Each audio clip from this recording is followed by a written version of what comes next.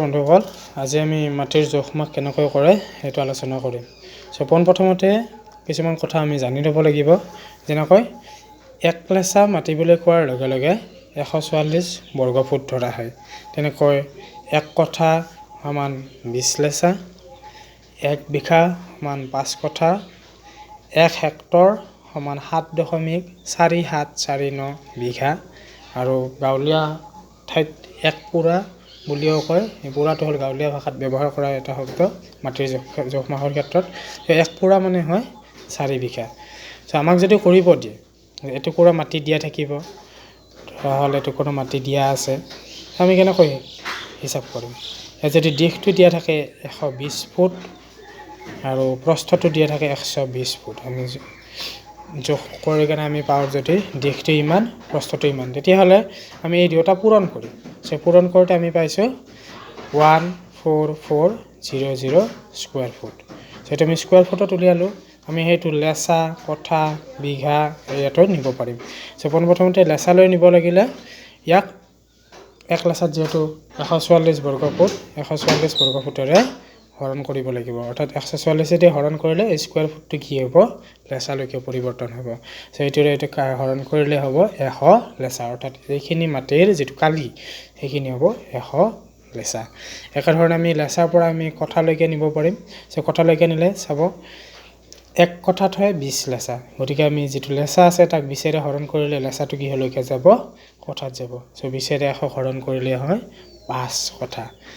ইমানখিনি মাটি তোমাৰ 5 কঠা থাকিব। একেধৰণে কঠাৰ পৰা আমি বিঘালৈকে নিব পাৰিম। 1 বিঘাত হয় 5 কঠা। ইয়াক কঠাটোত 5ৰে হৰণ কৰিলে হ'ব 1, অৰ্থাৎ 1 বিঘা। এনেকৈ আমি বিঘা, কঠা, লেচা এইবিলাক উলিয়াব পাৰোঁ। আন এটা উদাহৰণ দিয়া হওক, যদি মাটিখিনি অসমান থাকে, এটা চাইডে বেছি এটা চাইডে কম, তেতিয়াহ'লে যেনেকৈ ইয়াতে দিয়া আছে, এইটো চাইডে 145 ফুট, এইটো হ'ল 130 ফুট, এইটো 145, এইটো হ'ল 125। ইয়াৰ আমি প্ৰথমতে গড় উলিয়াব লাগিব, অৰ্থাৎ গড় এভাৰেজ উলিয়াব লাগিব।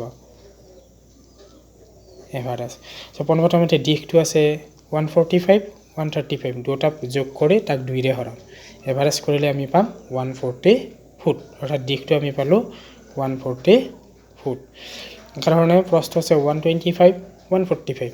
প্ৰস্থটো এভাৰেজ কৰিলে দুটা যোগ কৰি 2ৰে হৰণ কৰিলে 135 ফুট পালোঁ।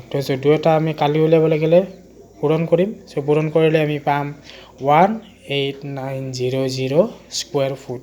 স্কুৱাৰ ফুটৰ পৰা লেচালৈকে নিলে 1 লেচাত 144 স্কুৱাৰ ফুট হয়। 144 ডিভাইড কৰিলে হ'ব 131.25 লেচা।